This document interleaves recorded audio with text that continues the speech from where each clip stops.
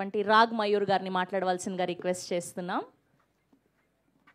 First of all ఇక్కడ thank you అండి వచ్చిన వాళ్ళందరికీ.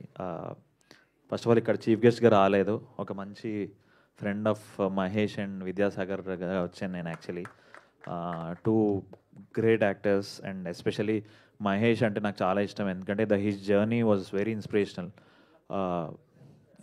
ఈ నగరానికి ఏమైందిలో మనోడు ఇట్ వాజ్ జూనియర్ లెక్చరర్ కదా, అదే ల్యాబ్ అసిస్టెంట్గా ఆ సీన్ నుంచి ఇవాళ ఈ పోస్టర్లో ఇట్లా రావడం అనేది ఇట్స్ అ వండర్ఫుల్ జర్నీ.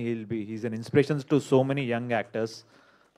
అట్లానే రీసెంట్గా సో వీళ్ళంతా నేను శివరపల్లిలో ఆల్రెడీ వర్క్ చేశాను, సో వీళ్ళంతా వర్క్ నేను చూశాను. ఇన్ఫ్యాక్ట్ ఇంకొంతమంది యాక్టర్స్ కూడా అక్కడ ఉన్నారు. సో అందరూ బ్రిలియంట్ యాక్టర్స్ అనమాట. విద్యాసాగర్ కూడా ఒక మంచి సీన్ వైరల్ అయింది మొన్న, అందులో విద్యాసాగర్ ఉన్నాడు. సో ఎనీవేస్ సో వేరే యాక్టర్స్ కూడా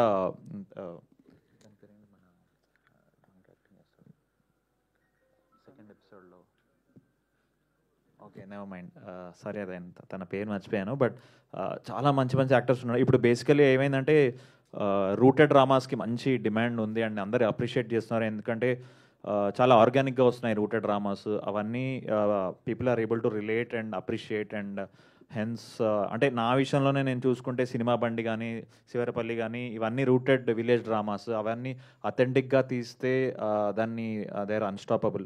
సో నాకు ఆ లక్షణాలన్నీ బద్మాష్లో కనిపిస్తున్నాయి. అండ్ టైటిల్తో సహా అంటే చాలా కలోక్యల్గా ఏమ్రా బద్మాష్ అని ఇంట్లో వాడుతూ ఉంటాం, సో అదే దింపేశారు. అండ్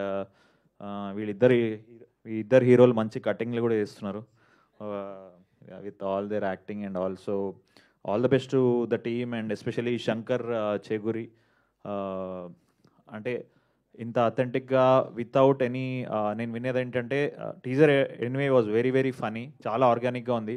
దాంతోపాటు ఎటువంటి బ్యాడ్ లాంగ్వేజ్ లేకుండా, అంటే బ్యాడ్ లాంగ్వేజ్ వాడి కొంచెం ఈజీగా గ్రాప్ చేయొచ్చు ఐబాల్స్ని, అలా కాకుండా ప్యూర్ కామెడీతో ఆర్గానిక్గా.